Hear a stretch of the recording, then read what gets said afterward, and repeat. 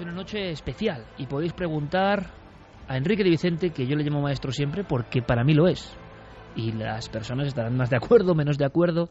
Maestro y arriesgado, además, que es lo bueno. Así que va a hablar, como siempre, sin pelos en la lengua, y podemos debatir en cualquier instante, y os vamos a dar información que creo que en ningún lugar vais a poder recibir. Pero a mí, Enrique, me gustaría mucho, de verdad, que trasladases a la audiencia una escena que tiene que ver con el Dante vivo, no el Dante ya obra, el Dante vivo, o más que el Dante vivo, el Dante que ya no está entre los vivos, pero que se manifiesta de alguna forma y que une directamente este nombre con lo que es el puro misterio de lo sobrenatural. Se cuenta, se dice, y se suele decir mal, tú me lo has revelado esta noche, que se apareció como un fantasma para dar claves y códigos sobre una de sus obras más célebres. ¿Cómo fue? Bueno, ahí está bien documentado en base a sus biógrafos, comenzando por Boccaccio, que pertenecía a la misma sociedad secreta que Dante, a la misma sociedad iniciática, descendiente para mí de los templarios, aunque aparentemente era una corriente literaria, y lo que cuentan es que una vez muerto faltaba un canto de los 99 más 1, 100, que contiene la comedia. ¿Canto que sería? Dante. ¿Algo similar a un capítulo? No, vamos a ver, no. El canto es, vamos a decirlo así, similar a un capítulo que a su vez contiene toda una serie de versos. Lo importante es que en la Divina Comedia, como la llama Boccaccio, porque Dante la llama la comedia, secas, está estructurada como todo en Dante en base al 3 y al 9. Es decir, la primera parte, que es el infierno, contiene 34 cantos, que realmente es uno de introducción más 33. Otros 33 contiene el purgatorio y otros 33 el paraíso. Pues bien, falta uno de esos. Y se asegura que Dante se aparece una vez muerto en sueños a uno de sus principales discípulos y le revela dónde ha escondido ese canto. Y en ese sueño aparece Dante convertido en un revivido de alguna forma. Totalmente. Comunicándole algo. Comunicándole dónde está escondido. ¿Por qué esconder un canto? Pues por un montón de razones. Dante era un hereje absoluto. Era un defensor a muerte en la Divina Comedia y en otras obras de los templarios, que habían sido condenados y ejecutado su gran maestre, no solo en vida de Dante, sino que Dante se fue a vivir a París justo antes de que les prendieran y regresó a Italia cuando mataron a Jacques de Molay, al gran maestre. Por lo tanto, hay un montón de razones para pensar que en la ejecución estuvo ahí presente y lo reivindica en la Divina Comedia y lo coloca en el paraíso al gran maestre templario ejecutado como hereje, como demonio, como brujo, mientras que condena al infierno al rey de Francia que lo ha ejecutado y también al papa que ha colaborado con ello.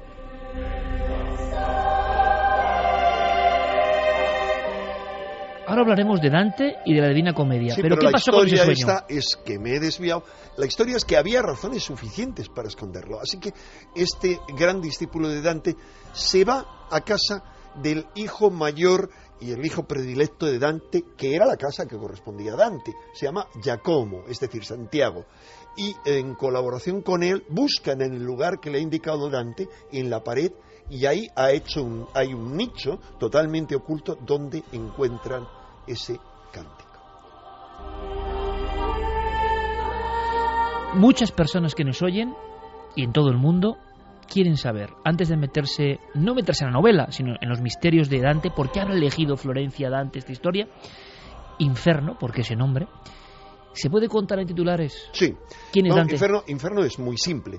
Dante primero, Enrique, si te parece. La figura en sí, como si fuera una ficha, para Dante, quien no lo sepa. La figura de Dante es un hombre prodigioso en todos los sentidos, porque es muchas cosas. Al mismo tiempo es un hombre político, muy implicado curiosamente en el bando que aparentemente no le correspondería, porque la gente que está relacionada con él a un nivel esotérico elige el bando opuesto. Hablamos de plena Edad Media prácticamente, cabalgada digamos 12, de la 13. Baja Edad Media, 13, 14. Del siglo XIII, ya 14, es decir, el paso al 14 es cuando él se marcha a Francia, a París, 1300 y poco, y se enfrentan desde el siglo XIII guelfos contra gibelinos.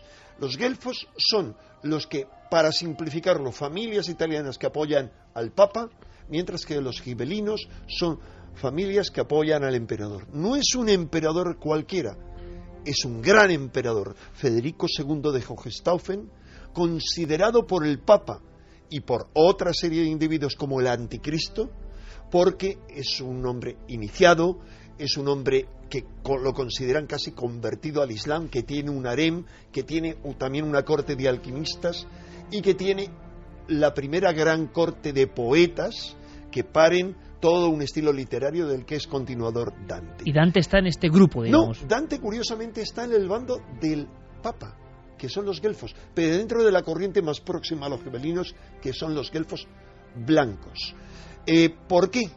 Uno lo entiende cuando conoce el funcionamiento de las grandes sociedades secretas. Las grandes sociedades secretas, estoy simplificando mucho, siempre siguen los que mantienen el conocimiento antiguo y toda una serie de tradiciones y de secretos y los quieren mantener, hacen siempre la misma estrategia. Se dividen en tres bandos. El bando mayoritario defiende su causa a muerte.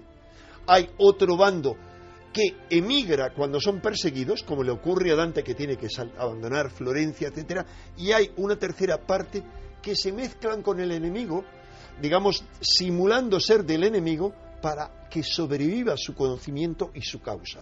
Pues bien, este es Dante, pero al mismo tiempo, de ser un político que ocupa altos cargos en Florencia y en otros lugares, que tiene una vida de noble viajero, que es como se llama los grandes iniciados que viajan de un lado a otro para irse educando, iniciando y para transmitir sus conocimientos y hacer las ligazones entre los diferentes grupos secretos.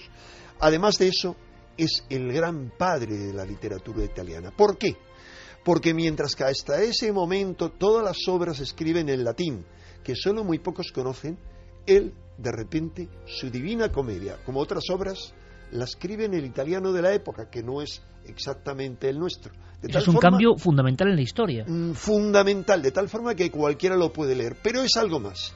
La Divina Comedia y Dante, como todos los grandes escritores que hoy en día veneramos, son no solo grandes iniciados, y podríamos analizar cualquier obra que me dijeras, cualquier gran obra, como el Quijote o como la Biblia, el Corán, grandes obras que han cambiado, como decías tú, el alma humana, noche, sí. Todas son iniciadas. Todas tienen un mensaje iniciático y están escritas por iniciados. Pero es más, es que a partir de Dante inaugura un estilo, y es que grandes corrientes iniciáticas comienzan a gestar los grandes idiomas que hoy hablamos. Es decir, Dante gesta el idioma italiano, como Shakespeare y toda la corte de escritores que rodean a él y a Francis Bacon crean el inglés moderno. El inglés pasa de tener en aquella época 3.000 palabras a multiplicarse por 5, casi por 6, después de Shakespeare y de todos los escritores que le rodeaban. Pero ocurre lo mismo en Francia. El francés, el grupo de poetas de la Pléyade, que era un grupo de iniciados, hacen lo mismo. En ¿Estás España, hablando, Enrique? ¿Me estás hablando? Cervantes, ¿sí?, es un iniciado. Que en la obra del Quijote hay cábala y hay todo tipo de conocimientos iniciáticos. ¿Por qué? Porque hacen uso de varias cosas. Una de ellas es la cábala fonética, una de ellas. ¿Y cuál es el fundamento que tienen? Transformar la mentalidad colectiva a través del lenguaje, por la incidencia que el lenguaje tiene en el cerebro. Lo que acabo de decir Enrique de Vicente no es poca cosa, es decir, el gran salto de los idiomas y del pensar en palabras, el lenguaje, ocurre gracias a grupos, a criptogrupos organizados de iniciados, de sociedades secretas. 1:57, sabemos que Dan Brown, que será otra de las partes importantes de esta noche, es como un salto, ¿no?, entre la antigüedad, lo esotérico profundo quizá, y lo que se convierte, sin duda, en éxito mundial. Veremos si hay alguna ligazón en todo esto. Se centra, dicen, aquí la ha leído alguien, sí, pero no todos, así que por supuesto no desentrañaremos en exceso. Aunque lo hubiéramos leído todos, tampoco. Yo lo he leído a mucha velocidad, pero lo he leído. Bueno, pues se basa en el personaje de Dante, se llama Inferno. Cuestiones hay que resolver rápidamente, Enrique, para poner ya sobre el tapiz de la noche algunos elementos clave para luego poder debatir. Divina Comedia, el infierno sería una de las partes de esa Divina Comedia. Y que se llama así en italiano. Simplemente el italiano es inferno. O sea, es infierno. Pero mira, es que Enrique es tremendo. Me trae un libro que pone Dante, Templare e Alquimista. No, pero bueno, ahí te digo, existen tan solo en italiano más de 100 libros sobre el esoterismo rosacruciano en la Divina Comedia, y Dante escribe de magia, y otros tantos. Cuéntame como si fuese, como ahora está acostumbrado nuestro público también, ¿no?, a recibir los impactos. Sencillamente, por favor, Enrique, ¿qué es la Divina Comedia? La Divina Comedia es aparentemente un recorrido del propio Dante con un guía que se encuentra, dice, en el medio de su vida, empieza así el primer que decían que él comienzo. creía que la mitad de la vida en 35 años, más o menos. Sí, en el medio de su vida, en una selva oscura, no, es en la confusión que entra en la selva de la vida, en la confusión que hay en la llamada mediana edad, comienza un camino en el que desciende al infierno, luego pasa por el purgatorio y asciende al paraíso. ¿Qué es eso? Eso es la obra, el viaje del héroe, le llamaban los antiguos. Es la obra de transformación, de transmutación del hombre. Es una obra alquímica, aunque lo es también una obra Rosacruz, una obra templaria, una obra sufí, una obra cabalística, pero es sobre todo, ¿no?, la transformación.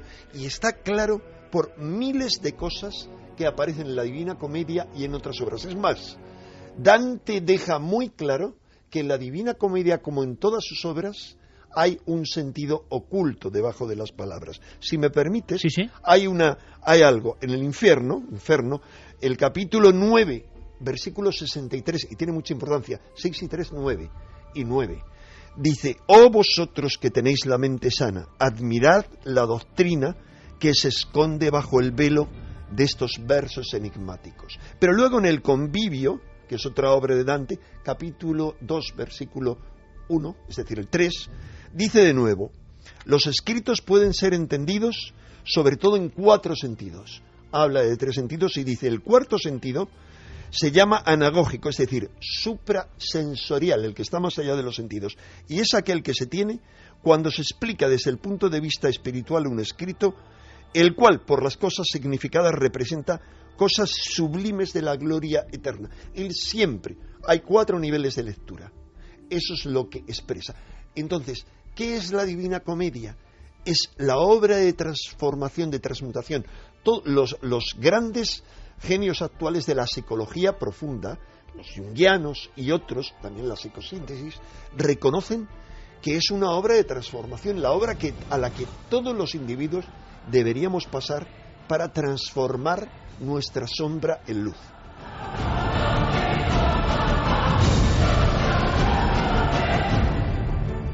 Dos y un minuto. Podéis escribirnos, Nave del Misterio, en Facebook, Twitter, Google+, milenio3con@cadenaser.com. Sorteamos 3 libros de Inferno. Pero Enrique está lanzando ya varios aldabonazos importantes en el inconsciente colectivo de esta noche, porque está hablándonos de un viaje de transformación, de un viaje de cambio, de un viaje hacia la verdad, de un viaje que se separa de los engaños. Porque, Santi, simplemente un pequeño apunte. Tú que has estudiado también tanta alquimia, y simplemente para seguir escuchando a Enrique y seguir escuchando material apasionante, muchas personas, brevísimo, tienen la idea de la alquimia como algo físico, persecutores de alguna forma de una piedra que convertía a otras en oro, y parece que todas las obras alquímicas donde encontraríamos este mundo simbólico de la Divina Comedia, lo que hablaban era de convertir el oro del oro espiritual, ¿no?, en la transformación del ser humano realmente, de la sombra a la luz, ¿no? Claro, mucha gente se ha llevado por la idea material de la alquimia, de transmutar los metales. No nos extraña, porque todo el mundo seguía por lo material, ¿no? Efectivamente, pero cuando uno se adentra en el mundo de los tratados alquímicos, lo que descubre es que tan importante como la gran obra que sucede dentro del crisol, con las mezclas de materiales, con esa piedra filosofal que al final tiene la capacidad de transmutar los metales, tiene que ser paralela, y eso, fíjate, incluso dentro del mundo de la física actual tendría mucho que decir, tiene que ser paralela con la gran obra que se opera dentro del espíritu del propio alquimista. Es decir, de hecho, si no se transforma el alquimista es imposible que se transforme también lo que opera en el crisol. Básicamente es un reflejo del mundo de lo inerte con el mundo de lo espiritual. Y de hecho, incluso el propio trabajo en laboratorio para los alquimistas, tremendamente pesado, agotador, estando vigilantes de tiempos, temperaturas, etcétera, etcétera, obraba también como una forma de meditación. Y al final, en la mente del alquimista pasaban cosas que tenían un reflejo en el crisol, y eso precisamente es lo más importante del mensaje de la alquimia. Pues de alguna forma ahora nos sentimos dentro de esos viejos laboratorios donde variaban los elementos y varía el alma humana, que es lo más importante. Ha dicho Enrique de Vicente que la Divina Comedia, que de alguna forma ha servido también, yo no sé hasta qué punto de argumento o no, para la aventura de Dan Brown, es un libro iniciático, un libro sagrado, yo creo en su sentido más profundo, un libro transformador, convertir la sombra humana en luz. Hace poco, Enrique... Y cuidado, es muy interesante porque antes lo he dicho, porque así lo sentía, pero es curioso. Recordaréis todos, porque el primer capítulo del libro de Dan Brown, y con esto no estoy desvelándose nada sobre el contenido, pero solo curiosamente, dice, yo soy la sombra. ¿Recordáis que dice, hay una figura que dice, yo soy la sombra? Comienza así. Enrique, hace poco, con nuestro común amigo Fernando Sánchez de Aragó, hablábamos de plutonías, de viajes de iniciados, también lo hicimos aquí en Milenio 3, que tenían que vérselas con, de alguna forma, la sombra, el infierno, el viaje al Hades. El viaje iniciático significaba ir a lo más profundo y visceral de uno mismo, de la realidad, para transformarse, para salir reforzado, para convertirse en luz. ¿Me quieres decir que ese viaje de la Divina Comedia, en el fondo, yo no sé si una guía o son unas claves esparcidas para lograr eso? Es una guía. Pues tanto Santiago como cualquiera que haya leído de alquimia conoce ese acrónimo Vitriol, que es visita el interior de la tierra, rectifica... Bueno, no me voy a liar. Eso es lo que hace Dante. Se introduce en una cueva y visita el interior de la cueva, de la tierra. Viaja al centro de la tierra donde está el demonio instalado en el centro de la tierra. ¿Qué ve Dante en su visión de los infiernos? Ve muchas cosas. Va pasando por toda una serie de círculos, pero en mi anticipo a decir que hay muchas claves alquímicas, pero en síntesis. La fase del infierno corresponde a una de las tres fases de la gran obra alquímica, que es el nigredo, la obra al negro, la oscuridad, la fase negra, la fase oscura, la noche oscura del alma, que diría Santa Teresa de Jesús. Mientras que el paraíso es el albedo, es la fase blanca o la obra al blanco. Y finalmente el paraíso, porque no lo llama cielo, es la obra al rojo o rubedo. Es decir, además, por ejemplo, vemos... Infierno, purgatorio, paraíso. Eso es. Pero vemos además que en otras obras de Dante, por ejemplo en la Vita Nova, en la Vida Nueva, aparece Beatriz, la supuesta mujer de la que supuestamente estaba enamorado Dante. Y digo supuestamente porque dentro de la sociedad secreta externa, porque había otra interna a la que él pertenecía, y fideli d'amore, los fieles de amor, ellos eran los fieles al amor y tenían siempre el amor a una mujer. Boccaccio lo mismo, cada uno tenía su mujer, pero esa mujer era una representación de su propia alma, era el amor al alma y a la sabiduría, a la divina Sofía que iluminaba el alma. O sea, digamos, cada uno de los términos que utilizan están definiendo el alma, una personificación del alma. Sí, que la iglesia externa. Como decían algunos, de la locura de Don Quijote con su Dulcinea, ¿no? Que en el es fondo... Es lo mismo. Lo que pasa es que ella es otra fase diferente. Pero bueno, ellos veían la condensación de lo mejor de su alma. Me estás hablando cuidado, su alma iluminada, es decir, la Sofía. Me estás hablando de un tiempo donde las sociedades secretas son fundamentales, que mueven el mundo, me estás comentando, que hacen que la información llegue a todo el mundo y que no queden unos cenáculos. Y hay elementos concretos para saber si Dante perteneció hasta el fin de sus días, si fue perseguido, si realmente logró su cometido. No solo perteneció, sino que hay signos, aunque sean muy discutibles pero aceptados por muchos de los estudiosos, de que fue el imperator, por decirlo de alguna manera, es decir, fue el príncipe de una sociedad secreta que estaba por encima de los fieles del amor, o los fieles al amor y fidelidad amore, que era otra sociedad interna mucho más secreta. Y se sabe, entre otras cosas, por un medallón que se encontró, está en un museo de Viena, que es la imagen de Dante con una serie de letras, que esas letras hacen alusión directa y clara a cuál era su categoría, que era, hermano, no recuerdo en este momento cuáles eran las palabras exactamente, pero viene a decir, estoy tratando de encontrarlo por aquí, pero dice que es hermano templario. ¿Por qué? Porque se considera, él se sabía que era terciario franciscano, es decir, dentro de la orden franciscana, que era una orden también herética dentro de la Iglesia, pero incorporada dentro de la misma Iglesia, era una orden civil, digamos, los civiles podían ser franciscanos, pero al mismo tiempo se dice que fue un continuador de los templarios, que el contenido secreto de los templarios, la misión secreta espiritual, fue continuada por él, y por eso estuvo él en París en el momento en que acabaron con el templo. ¿Fue Dante alquimista, Enrique, también?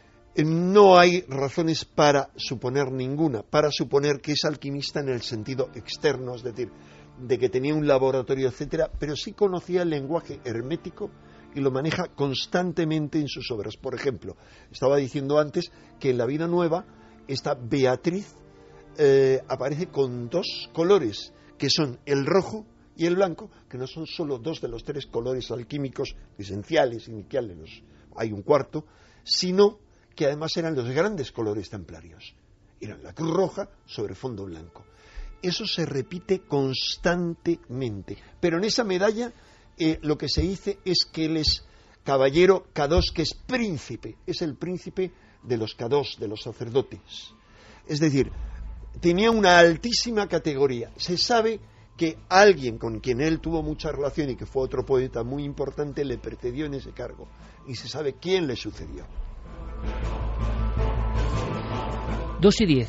Ahora ahondamos en Inferno, en qué ha hecho Dan Brown, en por qué se va a poner esto de nuevo de moda, en por qué seguramente las visitas a las páginas que hablan de Dante se multipliquen en número, en por qué habrá este interés, yo no sé, si comparable, imagino que comparable al Código da Vinci, nada, ¿no? Porque tocaba una llaga dentro del inconsciente colectivo, evidentemente, totalmente, con un personaje tan fuerte como Jesús, la descendencia sagrada y demás.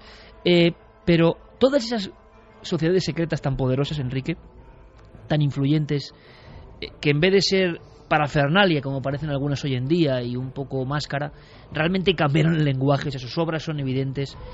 ¿Quedó algo de todo eso hoy en día? ¿Se marchitó en la historia? ¿Se zanjó ese recorrido de gente tan importante en los designios de Europa, por ejemplo? ¿O continuaron? Bueno, vamos a ver, hay dos fases. Una, no podemos saber si de las sociedades más secretas e iniciáticas, no podemos saber nada por definición. Primero, cualquier estudio de las sociedades secretas a lo largo de la historia sería comparable a un estudio de la navegación a lo largo de la historia, de lo más antiguo, porque solo podemos saber acerca de la navegación hoy en día con pruebas concretas en base a los naufragios. Es decir, los restos de un naufragio los estudiamos y decimos, fue algo así, pero no las naves que nunca se hundieron. Ocurre lo mismo con las sociedades secretas, solo lo sabemos por aquello que surgió al exterior a raíz de un fracaso. Hoy en día, como tú decías, primero hay mucha parafernalia, luego hay organizaciones que están centradas en base al poder y a lo económico. Por supuesto, esas sociedades... Lo espiritual ha quedado a un lado. Muy a un lado, y sabemos perfectamente, podemos demostrar cómo las sociedades secretas crearon los Estados Unidos de América, sin duda, y un puñado de iniciados lo crearon. Podríamos contar la historia con pelos y señales, cómo crearon mitos, cómo la historia fue de una manera, pero ellos han creado mitos. Y en la cúspide de cada uno de los mitos que hay en la historia de la Revolución Americana está un iniciado de esas sociedades secretas. No solo masones, sino resulta que de 3 caballeros templarios que había en América en aquel entonces nombrados dentro de la masonería, 2 son 2 de los grandes héroes de la Revolución. ¿Por qué? Porque creaban mito en torno a ellos. Eso de crear mito es muy interesante, porque de alguna forma Dan Brown ahora estaría siendo un creador de mitos globales, ¿no? Creó mito en en el libro anterior, sobre todo en ese Código da Vinci. Pero te decía, desde eso hasta la creación de la Unión Europea, podríamos contar una historia de cómo la gestaron iniciados en sociedades secretas. Podríamos decir, cada figura importante, el famoso Jean Monnet, ¿a qué pertenecía? O un íntimo amigo suyo que fue el creador de Bilderberg, que fue otro de los creadores de la Unión Europea. Más allá de eso, pertenecían a otro tipo de sociedades secretas. Eso es como las muñecas rusas también, ¿no? Sociedad secreta que encubre o encofra otra sociedad secreta más importante. Digamos, lo más conocido de esas sociedades secretas en Europa, aunque había otras, era el movimiento sinárquico del imperio. La sinarquía, pero hay otras sociedades secretas como aquella que se ha disfrazado por un mito, que es el Priorato de Sion. Pero lo que había detrás del Priorato de Sion eran grupos concretos, como el Círculo de Kreisau en Alemania, los que hicieron el atentado contra Hitler, los primos de este que se arriesgó su vida tratando de matar a Hitler. La película Valkyria. La película Valkyria. Todos estos pertenecían a un grupo secreto que estaba en relación con los franceses y que ya tenían en mente gestada una Unión Europea. Bueno, pues tenemos ese mapa de un poder tremendo de sociedades secretas. Se ha dicho mucho sobre este escritor Dan Brown como perteneciente a sociedades secretas. Luego nos contará Enrique. Vamos a abrir un poco precisamente ese archivo. Sabéis que sorteamos 3 ejemplares en cadenaser.com. En la parte de Milenio 3, toda la información para conseguir Inferno. Dan Brown parece ser que se ha basado en todo esto que contaba Enrique, bueno, en la esencia de Dante, 9 círculos, Inferno. ¿Por qué? Hay más cosas, evidentemente, como en todas las novelas, y más en este sentido, ¿no? De bestseller y atrapante. A mí, yo solo he podido leer las primeras páginas y sí me pareció curiosa la imagen esa de un río de sangre, si no recuerdo mal, y una anciana ensombrecida, ¿no? Que aparece ahí como una visión infernal, realmente. Vamos a conocer algo más del Dan Brown misterioso, porque sé que aquí también Enrique y Santi tienen muchas cosas que aportar.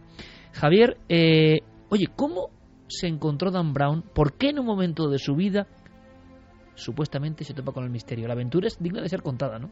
Sí, porque es casi una de esas casualidades que a veces se nos ponen en el camino y son determinantes para nuestra vida. En el caso de Dan Brown, él era hijo de una compositora de música sacra y de un matemático. Menuda combinación también, ¿no? Y creo que es patente en esos libros, pero él en ese momento de su vida, años 90, estaba impartiendo clases de inglés y de castellano, también de arte. Él había estudiado esas ramas del arte también. Y cuando está de vacaciones en Tahití con su esposa, de repente en una tumbona olvidada descubre una novela que él no conocía, de la que no había oído hablar nunca y que ni siquiera tenía pensado leer. Es La conspiración del juicio final de Sidney Sheldon. Ese momento, esa tarde en el que Dan Brown se encuentra ese libro completamente abandonado en una tumbona, marca su vida para siempre. Hay algunas escasas entrevistas con Dan Brown, luego contaremos por qué, si esto pertenece a una forma de ser, a ser críptico desde la afiliación a posibles sociedades hasta su forma cotidiana de ser, de trabajar, de escribir. También hablaremos de esa enorme presión que ha tenido sobre las obras después del éxito, ¿no? Creo que era Oscar Wilde el que decía aquello de el éxito ha truncado más carreras que el fracaso, ¿no? Porque claro, los escritores muchas veces, o cualquiera, ¿no? Se ve con ese enorme peso, ¿no? Como si fuese Atlas, y a ver qué hace. Vamos a escuchar a Dan Brown porque parece que los códigos secretos y demás estuvieron presentes, ya nos contará Enrique por supuesto, que sabe mucho de él, desde el inicio de su vida. Me encantan los acertijos. Mi padre es un gran hombre de códigos. Es un autor de bestseller de libros de matemáticas. Jugaba con códigos y símbolos en casa para encontrar tesoros. Creo que es divertido. Yo lanzaré una pregunta a las 2:17 y ahora escucharemos a Fermín. ¿Tendrá el éxito similar Dan Brown al que consiguió en el Código da Vinci o esto es ya imposible? Y brevemente os lanzo la cuestión, Santi. Hombre, el Código da Vinci fue un aldabonazo y fue un fenómeno de masas. Dan Brown está consagrado como un gran autor de bestsellers, pero desde luego ninguna de sus intentonas posteriores ha conseguido ese nivel y es muy poco probable que esta lo consiga. Que nadie lo supere, ¿no? Porque ya no era cuestión de un libro, ¿no, Enrique? Es mucho más, pero vamos, yo tras haber leído la novela, desde luego no va a provocar el terremoto, ni mucho menos que provocó el Código da Vinci en el inconsciente colectivo, y es más, quizá el interés que va a despertar es por otros temas muy distintos a los que podemos suponer. Pero siempre a un nivel inferior, por supuesto, a aquella vorágine que todos vivimos. Nada que ver, porque aquello fue un impacto sobre el inconsciente colectivo, porque de alguna manera, porque se le ocurrieron a él o porque alguien se le sugirió, tocó toda una serie de arquetipos del inconsciente colectivo, muy simple. Él toca el gran arquetipo, uno de los dos grandes arquetipos. Se resumen los dos grandes arquetipos en el cáliz y la espada, como él dice en aquel libro. ¿El cáliz qué es? Es lo masculino, el pene. Digamos, el cáliz ¿qué es? Es el vientre femenino. Y él se centra en el cáliz y habla de una búsqueda del grial. Es una novela iniciática en la que un caballero y una dama, que representan las dos partes que hay en cada ser humano, es decir, el caballero es más femenino, es más ánima, y la dama es más masculina, es policía, criptógrafa, etcétera. Hay animus anima, hay una mezcla, y se van transformando a lo largo de la novela de la búsqueda. Es una quête, es una búsqueda de caballería. Siempre la búsqueda es la búsqueda del grial, y buscan el grial, de hecho, aunque luego encuentren que el grial es otra cosa. Pero además reaparece ¿qué? El culto al principio femenino, a la parte femenina de la divinidad, a la diosa. Aparece también, digamos, el vientre femenino y su persignificación dentro del cristianismo, que es María Magdalena. ¿Cómo qué? Como la parte real de la iglesia primitiva femenina, porque no hay que olvidar que en el siglo II se hablaba, los, digamos, ortodoxos, hablan de los herejes que seguían la iglesia de María Magdalena, es decir, existía en el siglo II, pero además era la parte femenina, la reprimida, la rechazada y la herética. Enrique, es decir, que Dan Brown hizo un cóctel digamos muy junguiano, de ir a arquetipos o símbolos que de alguna forma conectan con lo más profundo de toda la humanidad, y entonces claro, se encontró con esa respuesta. Ahora yo digo, fácil no debe ser. Muchas veces se escucha a otros escritores decir, bueno, fácil llegar a todo el mundo de esa forma, fácil no puede ser, porque lo podían haber hecho 37.800 antes de él, ¿no? Vamos a hacer una cosa en este momento concreto, y yo creo que puede ser muy interesante. Fermín, vamos con una primera tanda de preguntas, o de cuestiones, o de comentarios, lo que quieran los oyentes, simplemente para hagamos eso, ¿no? Un sondeo del inconsciente colectivo del programa, del inconsciente del programa en este caso, ¿no? ¿Qué nos dice? ¿Qué nos dicta? Pues mira, mucha gente dice que no conocía a Dante y hoy agradecen la intervención de Enrique de Vicente, ya que dicen que están aprendiendo muchísimo sobre él. Daniel Brun dice, me alegra que toques este tema y soy un fanático de la obra y figura de Dante. El mejor regalo que me hicieron fue una edición del 68 de la Divina Comedia con ilustraciones de William Blake. Alberto... mira, esto es muy interesante porque luego hablaremos, ha resoplado Enrique de Vicente, y yo lo sabía. Es que era un gran iniciado, claro, y se ignora todo sobre William Blake, perteneciente a una corriente ultra secreta. Ese es otro programa bueno, pero luego haremos una parte, si os parece, de cómo ha impactado, por ejemplo, esto habla de Divina Comedia, Blake, los grabados de Doré, es decir, en grandes Perdón, y Durero. Claro, y Miguel Ángel. Durero, que es protagonista de la novela anterior de Dan Brown. A ver qué hay, a ver por qué se enlaza todo eso, pero lo cierto es que la Divina Comedia, ya no Dan Brown, sino la Divina Comedia, ha sido una especie de inspiración constante para muchos artistas muy importantes. Alberto Cerezuela dice, este otoño visité Florencia y me fascinó. Por supuesto, no dudé en acudir a la tumba de Dante, tuvo una vida bastante misteriosa. Ernesto Cabello, ojalá algún día volvamos al pasado y podamos resolver todos los misterios que nos persiguen desde el principio de los tiempos de la humanidad. Ana Herrero, me encantaría haber vivido en esa época de sociedades secretas alquimistas. Pero una época dura también, Habría que vernos en esa época acostumbrados al confort de hoy en día. Mayanín, vaya cátedra del maestro Enrique de Vicente, no sabía mucho de Dante, vaya historia que me había perdido, gracias. Ada Cuervo, estuve en la casa de Dante en Florencia el verano pasado, a pesar de estar restaurada, esa casa imponía mucho respeto.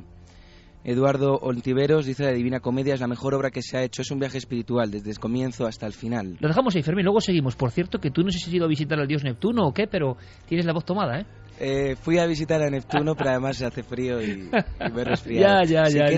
Si quieres, damos también la pregunta para el concurso. Venga, perfecto, vamos allá. Inferno. ¿Cuál es el objeto más preciado para Robert Landon? A, la pluma que le regaló su abuelo. B, el reloj de Mickey Mouse. C, su jersey de la Universidad de Harvard.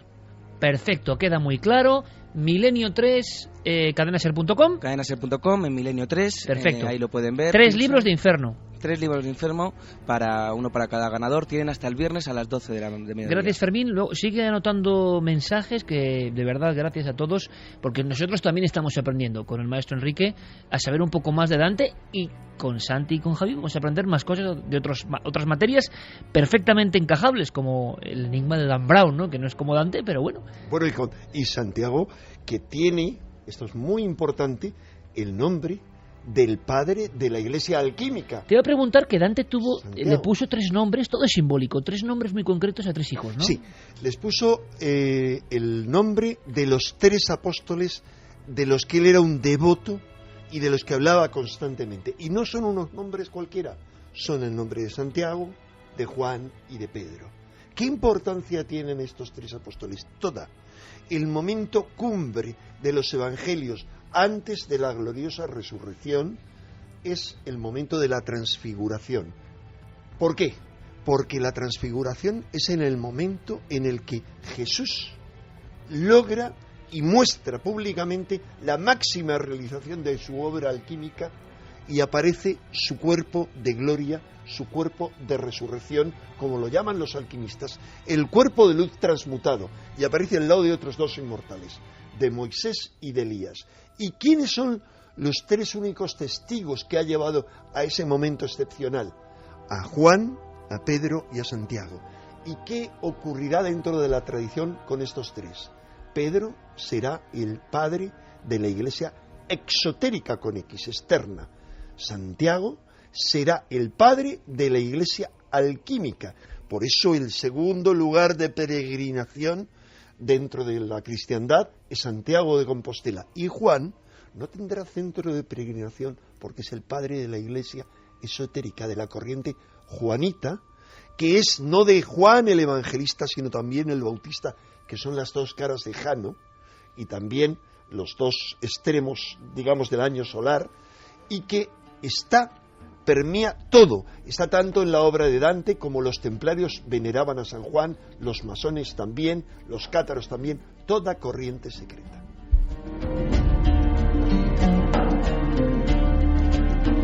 Por si faltaba algo, a las 2:25, Noel Calero, que nos pone esta banda sonora de El Reino de los Cielos, y que hace que yo creo que cientos de miles de personas ahora mismo estemos viajando hacia otro tiempo, hacia otra dimensión, y eso también es impagable, claro. Se produce pues la alquimia radiofónica, en este caso del sonido. Sigamos viajando en el tiempo, de Dante y sus códigos a la actualidad de Dan Brown. Vamos a escuchar directamente a Dan Brown, porque esto es curioso y seguro que se hace rescatar algunos conceptos interesantes para nuestra audiencia. Habla de... ¿son manías? ¿Son artificios? Hombre, todos los que estamos aquí somos escritores. Yo hace mucho que no ejerzo, pero bueno, somos escritores todos. Deberías.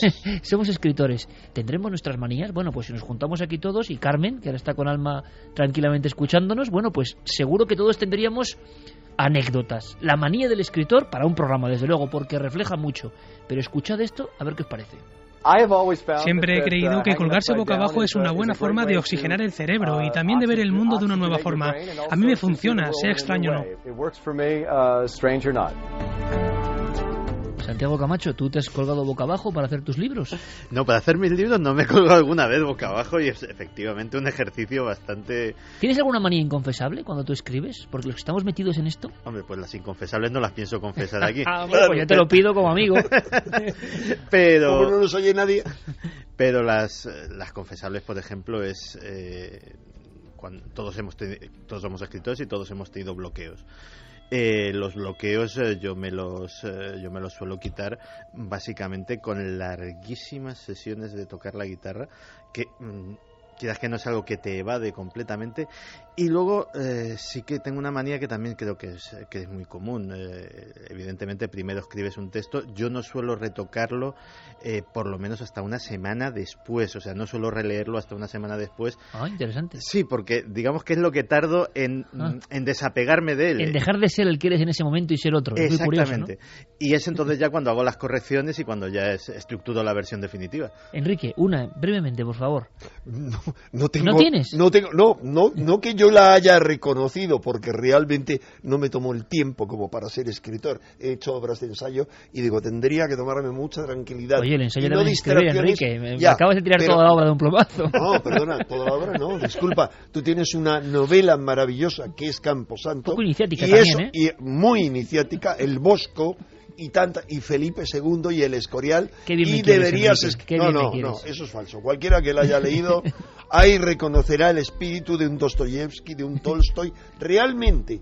Y bueno, pero la cuestión es que yo digo, cuando pueda desconectarme y no estar pendiente de tanta cosa cotidiana, porque creo que el escribir ficción, para mí, requiere una concentración y no andar pendiente de teléfonos, de mails, y de cosas por el estilo. Pero para escribir, ¿sí? Para mí es importante, es olvidarme, desconectarme totalmente de Internet, para mí es muy importante. Ahora, no es una manía, es una necesidad, al igual que lo que dice Dan Brown, no es ninguna manía. Yo me he colgado en esas máquinas, y te digo, no tengo una en casa, por un problema de espacio, ocupan mucho espacio, son maravillosas. Sí. No solo te descontracturan toda la columna vertebral al colgarte boca abajo, sino que además te irrigan el cerebro. Es decir, es más que saludable, es infinitamente más saludable, pues mira, tomamos nota, que cualquier otra cosa. Yo la única que tengo, y con el calero aquí, la única que tengo es que yo siempre tengo que escribir con poca luz y con esto, claro. O sea, con música iniciática, ¿no? Rodeando cada proceso creativo. Es una manía. ¿Tú tienes alguna, Javier? Hasta ahora pocas. Desconectar del hobby también, desde luego. Las tendrás. Por suerte no he tenido esos bloqueos de escritor que han dado lugar también en ocasiones a maravillosas aventuras, que también tiene un programa, bloqueos de escritor, que han dado lugar a historias sorprendentes. Sobre todo, Javier, porque hablando de Dan Brown en concreto, se ha hablado mucho de la presión. Los comentaba que incluso, no me recuerdo ahora si es Ediciones B o... hizo un pequeño libro sobre el lado oculto de Dan Brown. Ediciones B, no, era una biografía de Dan Brown autorizada para como el otro, el hombre que está detrás del Código Da Vinci, algo así era. Algo así. Bueno, el asunto es que él, claro, tuvo que ser un impacto en su vida, ser un autor de una novela que tenía un recorrido como las otras, de muy pocos miles de ejemplares, convertirse en un fenómeno social como no ha habido otro seguramente en el mundo en el siglo XXI, y habría que ver cuánto es ese nivel, ¿no? Y claro, nace la leyenda del Dan Brown aislado, cerrado, solo, por ejemplo, investigando sobre Dante, poniendo Florencia como marco de su nueva obra Inferno. ¿Qué sabemos de ese Dan Brown que nos puede interesar a la audiencia, Javier? De ese Dan Brown de puertas adentro. Es un personaje tan enigmático, y luego, por supuesto, a Enrique le preguntaremos si Dan Brown, ni más ni menos, puede estar también siendo correa de transmisión de ciertas ideas, Santiago también, o puede formar parte de una sociedad secreta. ¿Qué hay de marketing? ¿Qué de verdad? ¿Qué sabemos de ese aislamiento, de ese autor que ha conseguido todos sus sueños, pero que de repente, como pasa a muchos escritores, conseguir todos los sueños se convierte en una losa más que en una liberación, ¿no? Pues le ha ocurrido lo que imaginamos cuando vemos las pocas entrevistas, por ejemplo, que ofrece a los medios de comunicación, a pesar de ser un autor tan consagrado a nivel mundial, por lo menos de tener esa fama, ¿no?, que ha adquirido, y sin embargo pocas veces aparece en revistas, pocas entrevistas aparecen en televisión o en radio, porque él es absolutamente receloso de su vida privada. Él tiene algo en común con Stephen King, del que hemos hablado también en alguna ocasión, y es ese temor absoluto al fan, a la persona que de repente se te acerca por la calle y puede decirte cualquier elogio, como puede ocurrir, como ocurrió con Mark David Chapman, ¿no? De hecho, esa es una de las escenas que a Stephen King le atemoriza por completo, y hace esa novela que es Misery, ¿no? Donde Stephen King estaba aterrorizado o está con sus fans. Sin embargo, es un hombre como mucho más abierto que Dan Brown a nivel de redes, a nivel de escribir en internet o de participar. Pero Dan Brown es mucho más introvertido, ¿no? Introvertido al máximo, esa es la clave de él. Claro, lo que ocurre es que Stephen King tiene un departamento de prensa también que le obliga a estar más en contacto con los lectores, los lectores constantes, como él los llama, y Dan Brown está empezando a ocurrirle esto ahora, porque después del Símbolo Perdido, que es una novela que siguió al Código Da Vinci, que sin embargo tuvo éxito, pero no el éxito esperado, desde luego, después de ese gran éxito, ¿no?, del Código Da Vinci, él, en esa campaña de marketing, apenas habló con los medios. Las entrevistas que hacía muy eran... seco. Sí, era muy seco. Además, las entrevistas eran... los periodistas le enviaban las preguntas y él les respondía a través de una videoconferencia, pero nunca se veía cara a cara con los medios. Y sin embargo ahora eso está cambiando, porque parece ser, a mi entender, quiere darse más importancia a esta novela, quieren volver a relanzar también la figura del autor, de Dan Brown, y por primera vez está empezando a salir al gran público. A él le pesa mucho el éxito, ¿no? No solo empezando a salir al gran público, sino que dentro de poco le vamos a tener aquí entre nosotros. Sí, yo sé la fecha concreta. Sí, a finales de mayo he leído yo. Exacto, el día 30 de mayo estará en Madrid. Vamos a ver, este hombre, ¿por qué tan introvertido? Madrid va a pasar por Europa, pero vamos a ver. Es que después del público anglófono, el más importante para él es el hispanófono. O sea, el lector en habla hispana es el más importante. ¿Se ha sentido demasiado abrumado por el éxito del Código Da Vinci?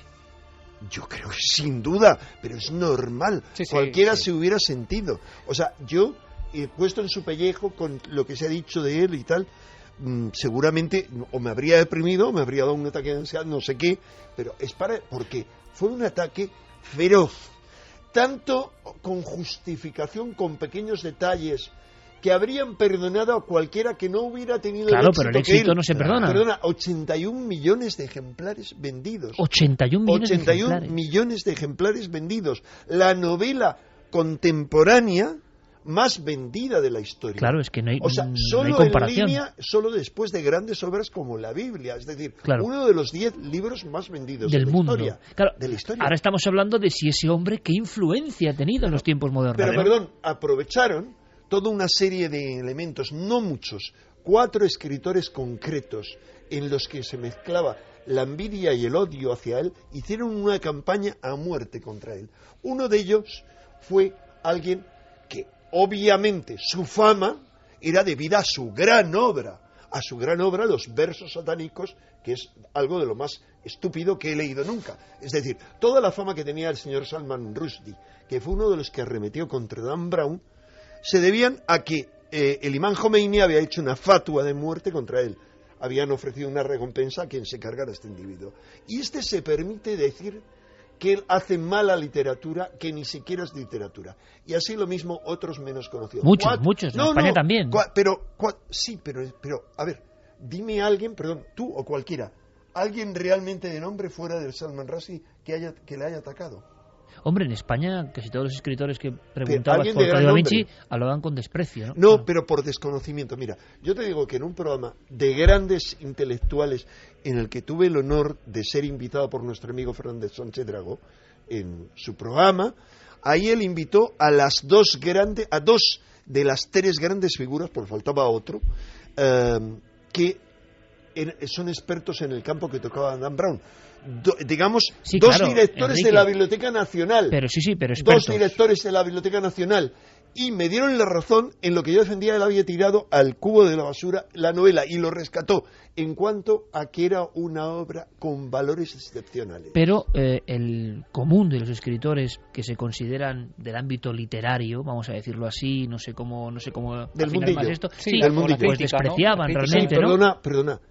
¿Y cuántas críticas no te habrán hecho a ti la gente por tener el éxito imperdonable que has tenido en la radio o en la televisión? ¿Te hablas de mí? Sí, Sotoboschi. Bueno, pero eso ya bien, es otro, ¿por qué? Porque cualquiera que tiene un éxito como de esa manera, ¿y de dónde ha salido este? El día que haga Enrique y yo un programa sobre eso, que no sé si habrá ese programa, pero el día que haga yo un programa sobre eso, las personas se van a sorprender mucho. Había que escuchar lo que decían los contemporáneos de Cervantes del Quijote, cuidado. Por supuesto. Claro. Te quiero decir, que siempre el éxito no se perdona, y de Julio Verne. ¿Qué han dicho de otro gran iniciado como es Julio Verne, cuya obra no solamente ha puesto a varias generaciones a soñar con el futuro y a gestar el futuro, sino que además está plagada de un contenido iniciático tremendo? Es decir, es un arquitecto también de la conciencia colectiva. Pero a todos los niveles, que decían los biólogos, naturalistas y estudiosos de la naturaleza de Félix Rodríguez de la Fuente cuando irrumpió en España y nos enseñó lo que era la naturaleza? ¿Qué decían? Es decir, es una dinámica constante. Ahora yo lanzo una pregunta más peliaguda. Perfecto. Lo que ha dado Enrique son datos que a mí por lo menos me sobrecogen, porque hemos escuchado datos, hombre, sabemos del fenómeno caballo de Troya a nivel nuestro. Por ejemplo, tremendo, es otro caso. Otro gran ¿Cuántas caso. envidias sí, claro, se han cernido en torno evidentemente, a JJ Benítez? evidentemente. ¿Por qué de JJ Benítez, que ha sido un bestseller indiscutible en castellano, no se ha publicado una sola crítica en ninguna de las revistas literarias, de los boletines literarios de los periódicos? Hablábamos de eso, Santiago Camacho y yo, precisamente esta noche, de ciertas cosas que ocurren. Perfecto, pero por ejemplo, con Erich von Däniken, discutible o no, con creo que 40 millones de ejemplares vendidos, pero de todas sus obras, o sea, números increíbles. Claro, Enrique nos salta con el aldabonazo de 81 millones de libros. Pero no lo digo yo, está en cualquier documento. De un impacto mundial sin precedentes. Bien, versión conspiranoica de todo esto. Por debajo hay quien dice que es correa de transmisión, alguien que puede cambiar las ideas del mundo, de una sociedad secreta. Venga, vayamos con ese aspecto que le puede gustar mucho a la audiencia. Dan Brown pertenece a alguna sociedad secreta. Sus libros tienen otro cometido mucho más allá de la venta y la literatura. Pues evidentemente si pertenece, no lo sabemos porque para eso sería secreta, pero sí que desde luego desde determinados círculos en Estados Unidos se le ha acusado de dos cosas: de ser muy anticatólico y de ser muy promasónico. Cosas que además no creo que las oculte, digámoslo así. Evidentemente los villanos de sus novelas, el Opus Dei, un pretendiente a papa, etcétera, etcétera, están muy vinculados al catolicismo. Y cuando aparecen sociedades como los Illuminati, que no son los malvados de Ángeles y Demonios, sino que es una impersonación. Cuando él le hace referencia, como Robert Landon, a los Illuminati, lo hace de una manera elogiosa, los presenta como a precursores, a grandes cerebros científicos, a gente que tenía una visión de futuro preclara, y desde luego el panegírico de la masonería americana que hacen el símbolo perdido es absolutamente elogioso. Es más, tanto es así que algunas logias de Estados Unidos le mandaron felicitaciones, le solicitaron ir a dar conferencias a sus logias. De hecho, se reproduce mucho en artículos una carta que él envió a la logia pacífica de Washington, precisamente excusando pidiendo disculpas casi. Sí. Cuando no les había ofendido. A mí me parece imperdonable eso. O sea, que trate a unos, porque vamos a ver, la Iglesia Católica y todas las ramas de la cristiandad tienen cosas que criticar infinitas, como infinitamente larga su historia. Pero es que la masonería no tendrá, las masonerías, que son muchas, no tendrán cosas que criticar. Y otra vez más, en esta novela, al final vuelve a pegarle un palo un tanto soterrado a la Iglesia. ¿Por qué? Critica dos cosas. Una, digamos, la fuerza que ha utilizado, y en eso creo que tiene razón, del pecado, lo que es el pecado, la amenaza del infierno, y sobre todo toda la campaña que han llevado los papas contra el control de natalidad, porque eso es un caballo de batalla fundamental dentro de la novela, la superpoblación. ¿Y qué hay detrás, Enrique, por tanto? No, vamos a ver, yo subrayo totalmente lo que ha dicho Santiago. No entiendo por qué esa aversión contra la Iglesia Católica. Hombre, él es un protestante. Y obviamente, como buen protestante... Él es un protestante que ha convivido mucho con católicos y parece ser que en alguna entrevista dejó notar que no tenía una buena experiencia personal de su trato con el catolicismo. De hecho, además... Que es muy distinto en Estados Unidos y en Inglaterra el catolicismo que aquí en España, que es la religión mayoritaria. Dan Brown vivió en Sevilla también una temporada. Sí, pero lo que cuenta de Sevilla en una de sus primeras novelas es el delirium tremens. Javier, te habías recogido haciendo un poco de hemeroteca del propio Dan Brown y de este fenómeno que por lo menos imagino que Planeta lo intentará, aunque el reto del Código Da Vinci es lo que decíamos antes, ¿no?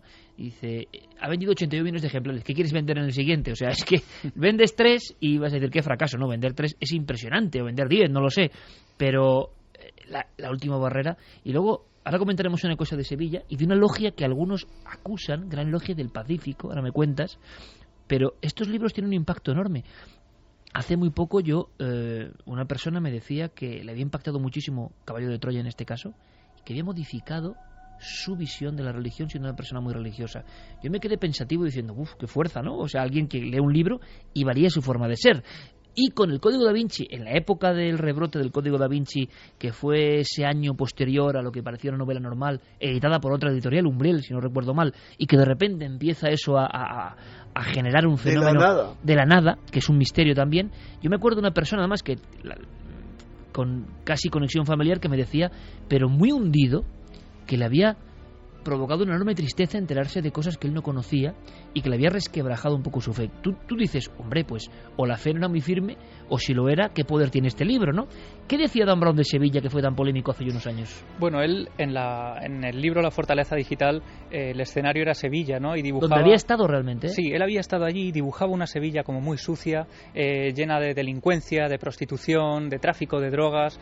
Hasta tal punto fue el impacto de esa descripción de Sevilla que en la novela que se publicó en España, en La fortaleza digital, una de las primeras páginas casi tiene que pedir perdón y decirle a los sevillanos y a los españoles que, bueno, que esto es una novela, que en las novelas hay que fantasear un poco y que él respeta Sevilla porque ha vivido y ha estudiado allí. Gran Logia del Pacífico, ¿se dice? Nos podemos en cualquier caso conformar, porque en el Código da Vinci se monta un viaje absolutamente alucinante en el norte de España, un viaje absolutamente imposible, o de repente demuestra, y yo sabéis que he sido un gran defensor de Dan Brown, he sido, monta toda una historia, parece que conoce muy bien el Louvre, pero desconoce totalmente las proporciones y el tamaño que tiene la Virgen de la Roca. Cuidado, dentro de los escritores norteamericanos no es de las peores. Yo recuerdo algunas de Tom Clancy que tienen que ver con terroristas vascos y que prefieren estar en una cárcel turca que en una española, básicamente por lo malas que son las cárceles españolas. Pero son novelas, ¿no? Realmente también uno puede fantasear hasta con los datos reales, ¿no? En ese caso. El problema es que Dan Brown, como puso en las obras de Robert Landon, esta obra se basa en hechos auténticos, eso es lo que le ha criticado mucha gente. Seguramente ahora, en la siguiente remesa de mensajes, que estoy convencido de que va a ser muy interesante porque ha salido a reflote el Código da Vinci.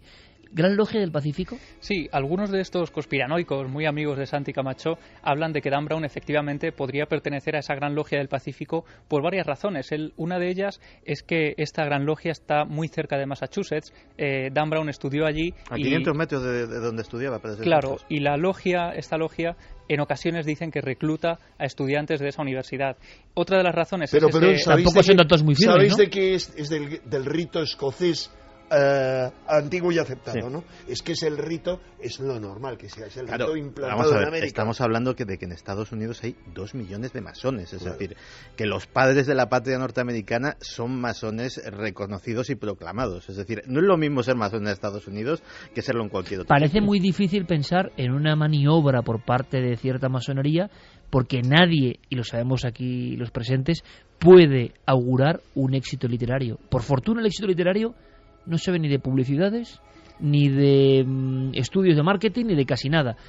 Por lo tanto, pensar, como han dicho algunos, que había una operación soterrada, es mucho pensar, porque ¿quién iba a saber que ese libro iba a recorrer el mundo con millones de ejemplares, no? Bueno, es que llegaron a atribuirle el título de Relaciones Públicas de esta logia, porque decían que él efectivamente era el encargado de difundir pues ese tipo de mensajes casi de modo encubierto para introducirlos, como diría Enrique, en ese inconsciente colectivo. A ti, Enrique, no te ha convencido del todo Inferno, ¿no? Sí, es que la cuestión ya, después del Código da Vinci, el símbolo perdido estaba, lo único, vamos a ver, hay una gran ventaja para el símbolo perdido para mí, que no la tengo en un infierno, y es que lo leí nada más salir en inglés, porque tenía la intención de hacer un libro. En este caso tú sabes también que yo tenía la intención, cuando dije Dante, yo sabía, un poco la trilogía, como he estudiado muy a fondo a la obra de Dan Brown, yo estaba convencido que la obra anterior, el personaje central iba a ser Dante. Tanto es así que, luego me contaréis cómo puedo demostrar esto,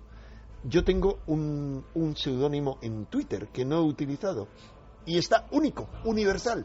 Y entre mis amigos tengo a los asesores de Dan Brown, que están alucinados diciendo, ¿quién es este personaje misterioso? Dante Alighieri es mi nombre en Twitter. ¿Por qué? Lo es desde hace 5 años, porque yo estaba convencido de que el personaje de la obra anterior iba a ser Dante. ¿Por qué? Porque he ido estudiando la obra de Dan Brown, al igual que os puedo anticipar una primicia, y es que el de la próxima obra o la siguiente será Shakespeare. Ha ido dejando Pero pistas. Entonces me hablas de otro iniciado. No, sí, claro, otro iniciado, Shakespeare. Es una figura que aparece en todas las novelas progresivamente y también en esta. Es la figura literaria después de Dante que se repite en esta novela. Enrique... Pero hay claves dentro de los libros que yo he desvelado. Y perdón, termino de decir que hubo un buen amigo, tú sabes muy bien quién es, que me hizo reflexionar lo de hacer un libro sobre Dante y la tradición oculta. Le tengo que dar las gracias a ese amigo mirándole a los ojos de que me hicieron reflexionar, porque de verdad me hubiera sentido muy defraudado. Pero tú estabas arrebatado y como debe ser, y a mí eso me gusta mucho. Pero, ¿qué nos podemos encontrar? Elementos muy concretos, y te pido titulares, Enrique, por favor, porque ahora vamos con mensajes, que nos puedan gustar a nivel de conspiración. Aparecen también, decíamos, sociedades secretas o corporaciones, más bien, muy singulares, muy ¿Dentro poderosas. de este libro? Sí, pero nada que ver con sociedades secretas. No voy a desvelar más. Hay una corporación, pero no es una... ¿Real? No aparece... No, dilo. No. Bueno, no me dedico a estudiar si es real o no. Se puede basar en cualquier modelo, pero no tiene mayor importancia. El consorcio, creo que lo llaman. No, y luego aparece como muy secundaria... Bueno, hay una organización muy importante en el libro, que es la OMS, la Organización Mundial de la Salud. Es normal, tiene que ver con la trama. Y aparece... al fondo, el CFR, el Consejo de Relaciones Internacionales. ¿Qué es eso? Es el Consejo de Relaciones Internacionales, vamos a decirlo así, es el Bilderberg americano, acerca del que escribe un amigo mío en su gran obra, la mejor obra escrita sobre los Illuminati, mi amigo Santiago Camacho. Él habla ahí del CFR. ¿Quiénes son, Santi? El CFR es el Consejo de Relaciones Exteriores, es un enorme think tank, un enorme banco de ideas del que se nutre básicamente la CIA, la presidencia estadounidense, el gobierno estadounidense. Para que te hagas una idea, prácticamente no se puede ser secretario, no se puede ser ministro en Estados Unidos sin ser del CFR, no se puede ser director de la CIA sin ser del CFR. La revista que publican, que ya tiene su versión online, que es... y española también. Y española, Foreign Policy, Política Externa, es posiblemente el órgano más influyente en cuanto a asuntos exteriores de todo el mundo. No solamente influyente, no es algo que tengas que leer para saber lo que está pasando. Es algo que tienes que leer para saber lo que va a pasar. Lo que va a pasar. Es decir, ¿cuál va a ser la próxima guerra? Es como una profecía, ¿no? No, o sea... ¿Cuál va a ser la próxima crisis? Básicamente, si tú quieres saber cómo va a estar el mundo de aquí a 6 meses, la lectura suele ser árida, la lectura normalmente. En código, y decir eso, imagino que críptica también, ¿no? Sí, hay que leer, solo para iniciados. Hay que leer entre líneas, pero tampoco, o sea, una persona, yo que sé, una persona que haya estudiado ciencias políticas, por ejemplo, puede desencriptarlo sin ningún problema. No es un lenguaje esotérico propiamente dicho.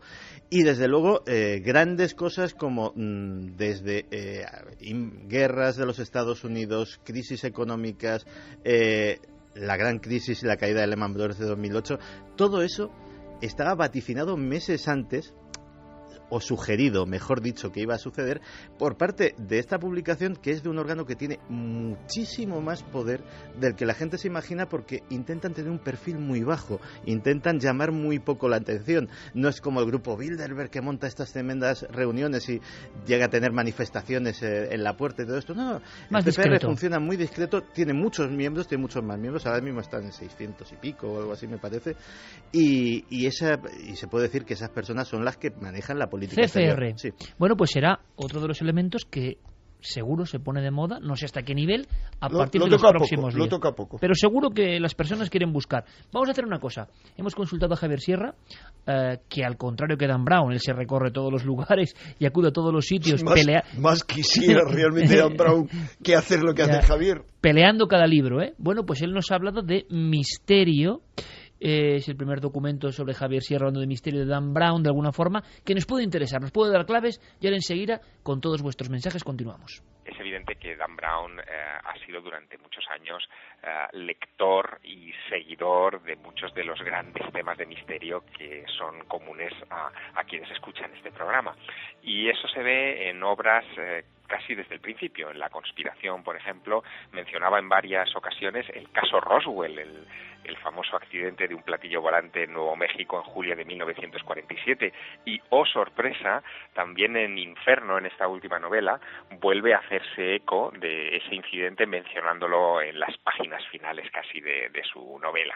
Es decir, que es alguien muy cercano a este tipo de cuestiones, que no duda en mencionar bibliografía vinculada a misterios en sus novelas, y creo que eso lo hace, en fin, particularmente interesante para nosotros.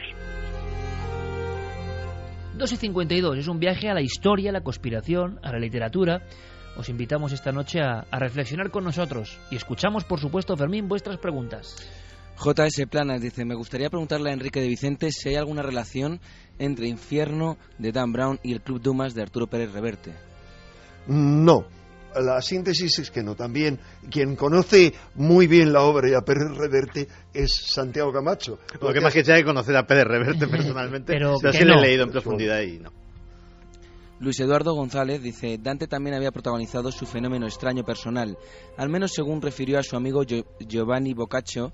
Narra Boccaccio que ya fallecido Dante, uno de los hijos de este, reveló que su padre se le apareció en un sueño para decirle que los 13 cantos finales de la Divina Comedia, cuyo paradero hasta entonces ignoraba, se hallaban ocultos en una alacena de su casa. Lo que ha contado Enrique, Fermín. ¿Historia o leyenda? No, lo ha contado Enrique, historia pura y dura, ¿no? Pero sí, no era su hijo, sino... No, pero es que lo ha dicho claramente. Sí, efectivamente, no era su hijo. Perfecto. Era uno de sus principales discípulos, y cuidado, lo que yo sí puedo estar equivocado, porque yo esto lo leí originalmente hace muchos años, es que fueran no un canto, sino varios cantos que faltaban. Es más coherente porque hay cantos que son demasiado heréticos en vida suya. O sea, un grupo de elementos, de letras sobre la Divina Comedia inacabada que en un sueño una aparición fantasmagórica revela. Seguimos, Fermín. Osmar dice: no creo que Dan Brown sea anticatólico o promasónico. Para mi parecer solo divulga lo no divulgable en modo novela. ¿Qué te parece esto? Totalmente de acuerdo. Sí. O sea, vamos a ver. Yo me mostró antes un poquito crítico, porque hay que ver la cara y la cruz, al igual que he defendido siempre que Dan Brown ha hecho mucho por la lectura, por el conocimiento, por la fascinación por el conocimiento con el Código Da Vinci. Lamento que en otras obras no haya hecho tanto cuando podría haber hecho muchísimo. Quizá porque yo creo que quiere nadar y guardar la ropa. Qué interesante es eso, Enrique. No quiere mojarse en exceso en el mundo del misterio. Es que se ha mojado mucho, es que ha salido muy mal. Es que tardó tantos años en hacer el símbolo perdido porque yo creo que no se atrevía. Que es que realmente lo habían apaleado. Es el bloqueo ese de alguna forma. Pero porque también lo habían apaleado realmente. O sea, no había sido linchado públicamente porque no había salido. Si no, lo habrían linchado. Yo lo que alucino es que alguien que ha vendido tantos millones de ejemplares, ¿por qué ser tan accesible o tan vulnerable a las críticas, vengan de donde vengan? No lo acabo de entender del todo. Es algo muy humano, es algo que nos pasa a cualquiera. Y más cuando te expones y vas contracorriente, es tu caso y es mi caso, cuando vas contracorriente. En mi caso, yo muchas veces por decisión voy contracorriente y voy contra el sistema, porque el sistema hay que romperlo, si no, no se evoluciona, hay que salir del cascarón. Te sacuden por todas partes. Sí, pero y es bueno que tú, te sacudan. Pero lo malo en este aspecto, Enrique, es que tú varías eso, Santi, o cualquiera, tu forma de ser, tu ímpetu, tu energía por las críticas ajenas. Pero depende, ¿no?, de cómo seas. Fíjate que la gente que conoce a Dan Brown dice que es uno de esos autores que su personaje principal, Robert Landon, es casi un alter ego de él mismo. Y si analizamos a Robert Landon, vemos que es un personaje tímido, muy introvertido, emocionalmente muy vulnerable. Todo eso debe de formar parte también de la personalidad de Dan Brown, y probablemente no sea de ese tipo de personas que se toma las críticas muy deportivamente, sino que realmente le afecta. Luego comentaremos eso de los tres objetos. Dime, Enrique. No, perdone, es que no hemos hablado de otra parte importantísima de Dan Brown. Se habla demasiado poco. Y es quién está detrás de Dan Brown. Blythe, su mujer. Su mujer es una obra, es clave en todo esto. Si realmente hay alguien que es experta en muchos temas que toca, es la mujer. Es su mujer, sí. Con todo el tema del juicio que le hicieron dos personajes a los que yo he conocido en persona muy bien, es decir, los autores del Enigma Sagrado, que le acusaban de plagio. Yo les he conocido muy bien porque yo fui su agente de prensa en España, como lo he sido. Que fue un éxito en su día, claro, ese ensayo. de Eric von Däniken y de otro montón de gente. Es algo que casi hacía como hobby, no por una recompensa económica, porque me permitía hacerme amigo de muchos autores. Y cometieron el grave error, 2 de los 3, otro que es el mayor Henry Lincoln, que es un hombre mucho más sabio, muy mayor ahora en este momento, no quiso meterse en ese berenjenal. Sí, el famoso fue terrible, juicio contra Dan Brown. pero el juicio fue terrible, le costó la muerte a uno de ellos. Uno de ellos, para mí, acabó enfermando de cáncer y murió al poco de cerrarse Esto sí que es tremendo, Enrique. Yo no sé si querrán los oyentes o no, pero me parece un tema apasionante que no sé si podríamos extendernos, porque es el libro del enigma sagrado, el libro que en su día también provoca un impacto brutal con el tema de la descendencia sagrada y demás, y ese ensayo que nos hace conocer René Chateau, la historia que da origen al Código da Vinci, cuando por envidias, por lo que sea, atacan a Dan Brown, dices tú que le cuesta la vida en el juicio a uno de ellos. Sí, pero bueno, también hay que decir que hay otro libro en el que se ha basado mucho, incluido del que ha sacado el propio título de su novela, que es La revelación de los templarios, porque tiene un capítulo que se titula El código secreto de Dante. Pero ahí los dos autores son totalmente diferentes, se hacen amiguetes de Dan Brown, le dan la enhorabuena y es más, aparecen en la película, hacen un cameo. Cuando en la película sobre el Código da Vinci van en un autobús, uno mira desde el frente, van entrando, y son dos personajes de aspecto célebres, raro que están a la mano izquierda. Santi, ¿quieres apuntar algo? No, básicamente que me parecía todo aquel asunto del juicio bastante ridículo. O sea, uno puede coger el ensayo que le apetezca de quien quiera y escribir una novela sobre ello. No veo que haya ahí ningún tipo de plagio. Bueno, pues nos quedan muchísimas cosas por contar, pero la idea era no desentrañar tampoco, nunca mejor dicho, la entraña, ¿no?, de este nuevo éxito o no, nunca se sabrá. Inferno, Dan Brown. Nosotros de momento sorteamos 3 ejemplares en Milenio 3 y hay una pregunta que luego recordaremos porque ha causado bastante expectación toda la lección de nuestro compañero y querido maestro y colega Enrique de Vicente, pues contando cosas de Dan Brown, de Inferno, de ese viaje iniciático que no conocemos. El viaje de Milenio continúa. Enrique, como siempre, que es un honor tenerte aquí y que hasta muy pronto, compañero. El honor y el placer es mío, querido Iker. Gracias, Enrique, como siempre. Por supuesto, ahora todas las noticias de nuestros compañeros de los servicios informativos, y nosotros tenemos clonación y versión conspiración, claro, de todo eso. Nosotros tenemos testimonio y tenemos un montón de cosas que estoy seguro os van a interesar.